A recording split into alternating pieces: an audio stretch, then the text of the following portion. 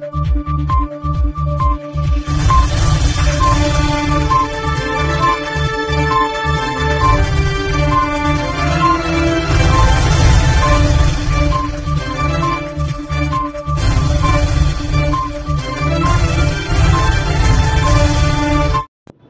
మండల ప్రజలందరికీ ముందుగా కావాలి రూరల్ పోలీస్ స్టేషన్ తరపున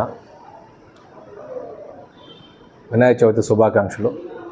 ఇందులో ముఖ్యంగా తెలియజేయడం ఏమనగా, ఈ వినాయక చవితి సందర్భంగా వినాయక విగ్రహాలు ప్రతిష్ఠించే కమిటీ సభ్యులందరూ కూడా ముందుగా విధిగా పోలీస్ వారి పర్మిషన్ తీసుకోవాలి.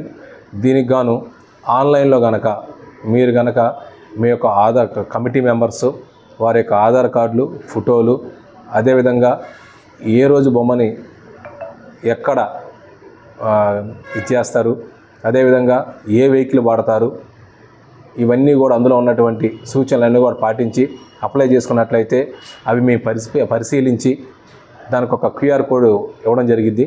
ఆ QR కోడ్ మీరు ఆన్లైన్లో ప్రింట్ తీసుకొని విధిగా మీ యొక్క మండపాల్లో దాన్ని పేస్ట్ చేసుకోవాల్సి ఉంటుంది.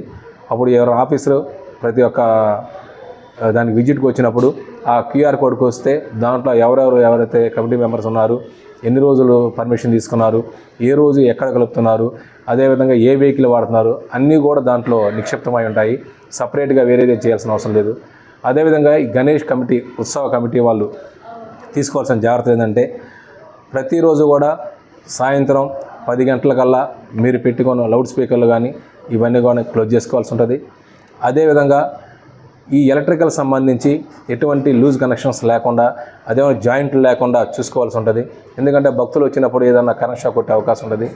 అదేవిధంగా రాత్రి 10 గంటల తర్వాత పొద్దున 6 గంటల వరకు ఇతరులకు ఇబ్బంది కలిగించే విధంగా ఎవరు కూడా లౌడ్ స్పీకర్లు వాడకూడదు.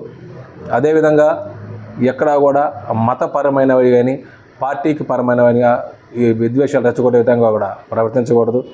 అదేవిధంగా మీరు చెప్పిన టైంకి, అదేవిధంగా ఎటువంటి గొడవలు లేకుండా దాన్ని వినాయకుడిని నిమగ్నం చేయవలసి ఉంటుంది. అదేవిధంగా మీ యొక్క ఏవైతే గణేష్ మండపాల్లో హుండీలు కానీ లడ్డూలు కానీ రాత్రి అందు ముగ్గురు కంపల్సరీగా అక్కడ పడుకోవాలి. లేకుండా లడ్డు పోయింది సార్ లేదా హుండీలు పోయింది అని చెప్పేసి మళ్ళీ దానివల్ల మత కలహాలు, వర్గాల మధ్య వివాదాలు వచ్చే అవకాశం ఉంటుంది. ఇవన్నీ కూడా కమిటీ పోలీసు వారు ఏవైతే సూచనలు ఇస్తున్నారో ఈ సూచనలు పాటించి ఎటువంటి ఇబ్బంది లేకుండా ఈ 2025 సంవత్సరంలో కూడా వినాయక యొక్క చతుర్థి ప్రశాంతంగా జరుపుకొని మండలం అంతా కూడా ప్రశాంత వాతావరణం ఉండాలని కోరుకుంటూ సెలవు తీసుకున్నాను.